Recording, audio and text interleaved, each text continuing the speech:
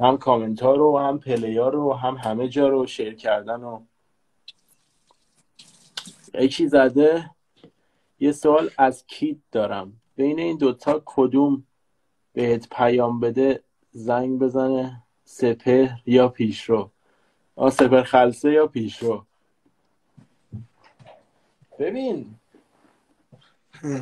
حالا به این طوله های پیشرو کاری ندارم، تخمای چپ و راستشو.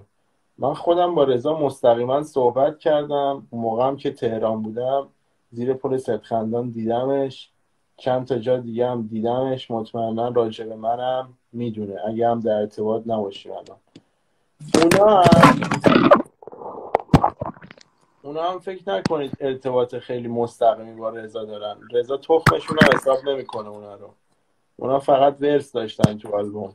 خب حالا بعد ریلیز ترکشون اومدن یه دیسی هم به ما دادن که باشه یه ذره کلاود هم من میدم کادو بت.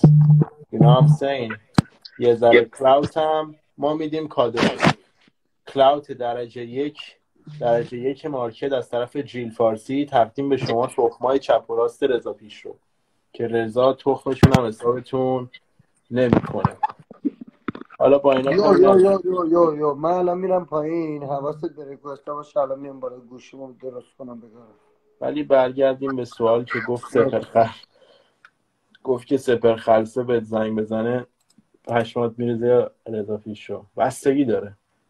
اگه سپر خلصه زنگ بزنه که یه پیام دارم برای زیر تونی بانکیده عزیز، آره پشمام میریزه خدا وکیلی. اوه. آها فهمیدم، میگه زنگ بزنه بگه کیت خودتی، الو کیت خودتی، یا زنگ بزنه که یه پیام دارم برای زیر تونی بانکیده عزیز، خدای اولیش باشه یه ذره پشمام میریزه. رضا زنگ بزنه الو زیر تونی بانکیت خودتی، تو به تخمای چپ و راست من گیر دادی.